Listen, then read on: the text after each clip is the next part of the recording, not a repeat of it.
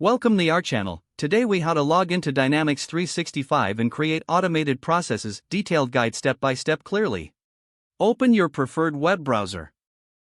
Navigate to the Dynamics 365 login page. Enter your email address in the provided field. Click on the Next button. Input your password in the password field. Click on the Sign In button. Once logged in, locate the main dashboard. Identify the module where you want to create automated processes. Select the Settings gear icon typically found at the top right corner. From the drop-down menu, choose Advanced Settings. In the new window, locate and select Processes in the navigation pane. Click on the New button to create a new process. Choose the type of process you wish to create from the options available. Provide a name for your process in the designated field. Set the category of the process based on its purpose.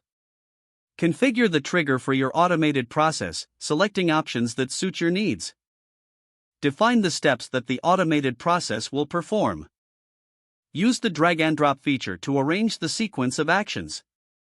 Add any conditions that must be met for the process to execute. Review all components of your automated process for accuracy. Save your progress frequently to prevent data loss. Once completed, activate the process by clicking on the Activate button. Monitor your automated processes from the dashboard to ensure they function correctly.